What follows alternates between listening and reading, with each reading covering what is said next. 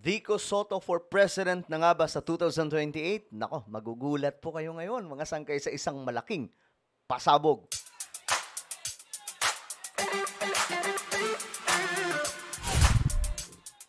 Ay nako, eto na naman tayo mga sangkay. Pero totoo guys, merong pasabog ngayon no, na ikagugulat ng marami at ikalulungkot ito sa parte ni VP Sara. At hindi ko po alam kung maaaprubahan ito. But we don't know guys. Who knows, diba? Anyway, bago tayo magtuloy-tuloy sa mga hindi pa po nakakapag-subscribe, tayo po ay umakyat na sa 1.56 million subscribers. Pambihira.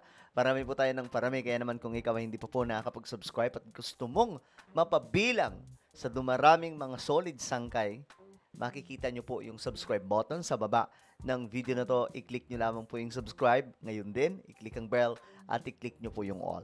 Sa mga nanonood po sa Facebook, i-follow nyo po yung ating Facebook page. Alright? Okay guys, eto na nga po.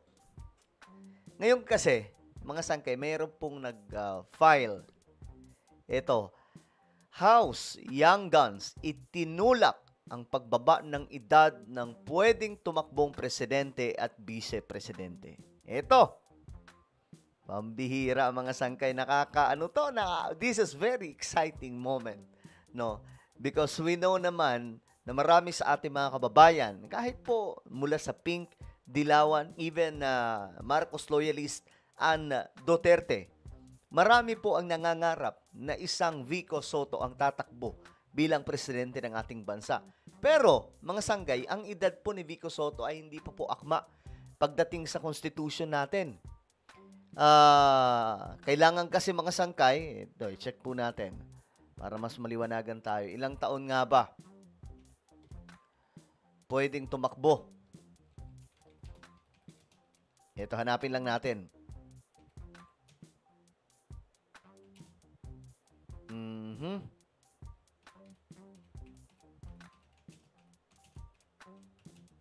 To run for president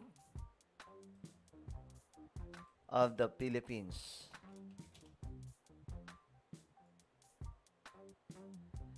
Qualification. Ilang taon, mga sangkay? Wait, hanapin natin. Ito yung mga qualification kasi mga sangkay na tinitingnan para ka makatakbo bilang presidente ng Pilipinas. Number 1, natural-born citizen. Rehistradong botante. Marunong bumasa at sumulat. At least 40 years of age. So, yun po yung nasa Constitution. 40 years old. Ngayon, mga sangkay, ilang taon si Vico Soto? 36 years old. So, sa 2028, ilang taon na ba siya sa 2028? Kung 36 ngayon, 37 siya sa 2027.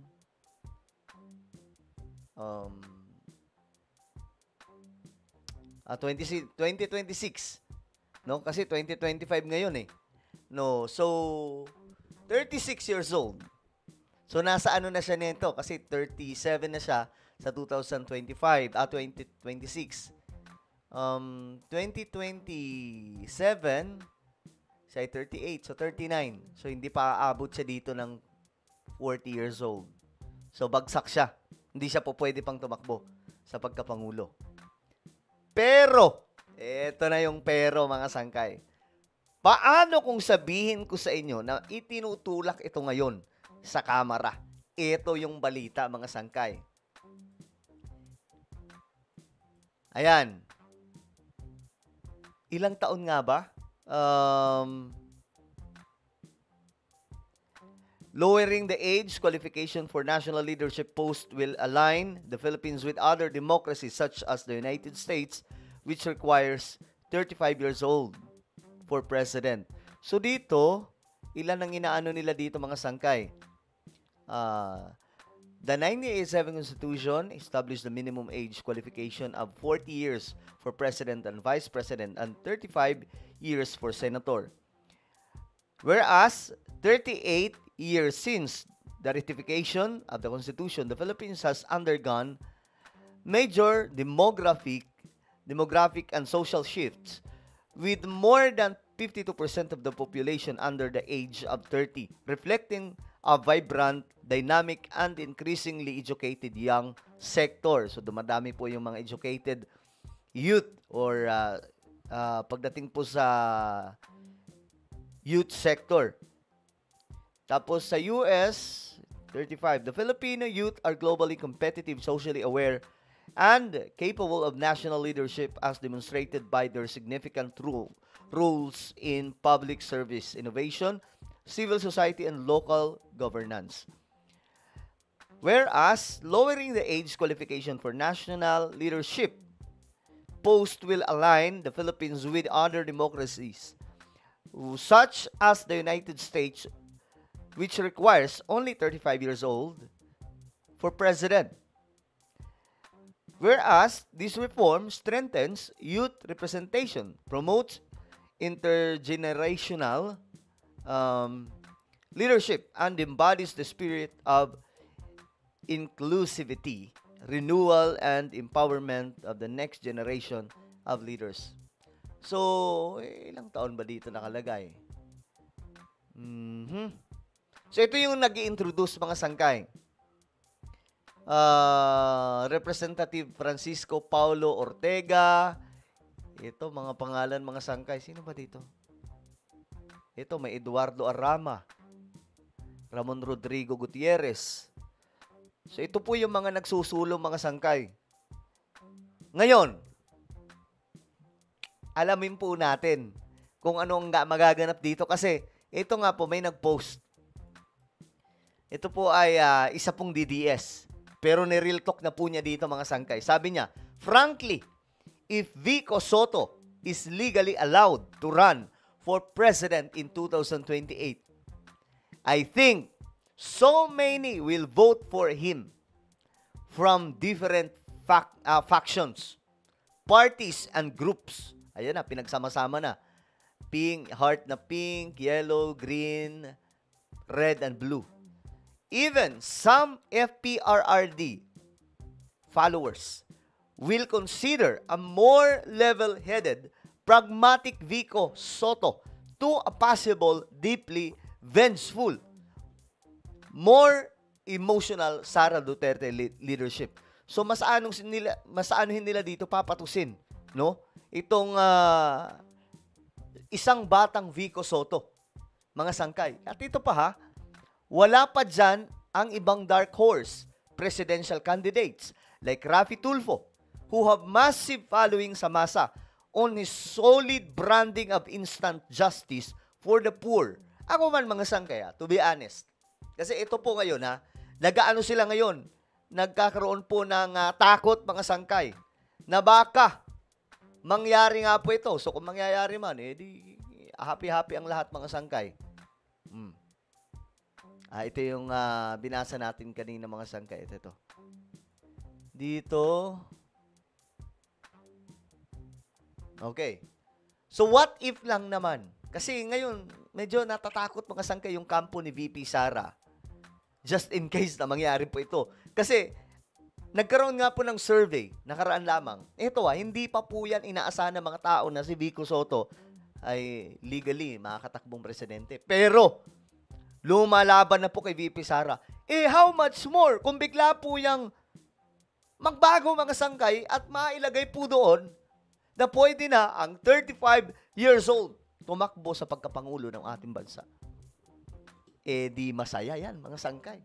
Di lalo pong aangat yan. Ganun ang mangyayari dyan. So, alam ko, may iba dito, Sandro Marcos, malabo pa si Sandro. 31 years old. Batang-bata pa po yan, mga sangkay. Kailangan pa magpahinog. Ito, pwede na to. 36 years old. At nakita naman po natin yung ganap ni Vico Soto. At ito maliban po sa itong si Vico Soto ay